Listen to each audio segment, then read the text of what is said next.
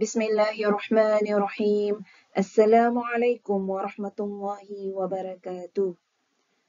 Asas pegangan Ahli Sunnah wal Jamaah yang kedua, iaitu keimanan kepada Rasul dan Nabi. Rasul-Rasul itu utusan Allah Subhanahu wa Ta'ala kepada semua manusia. Diturunkan wahyu kepada mereka dan Nabi Muhammad sallallahu alaihi wasallam adalah nabi terakhir. Kita ni hendaklah percaya bahawa rasul-rasul itulah utusan Allah Subhanahu wa Ta'ala kepada semua manusia.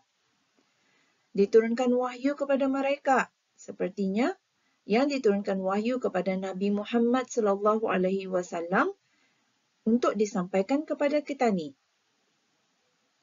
Dan kita ni percaya Nabi Muhammad sallallahu alaihi wasallam itu adalah nabi terakhir.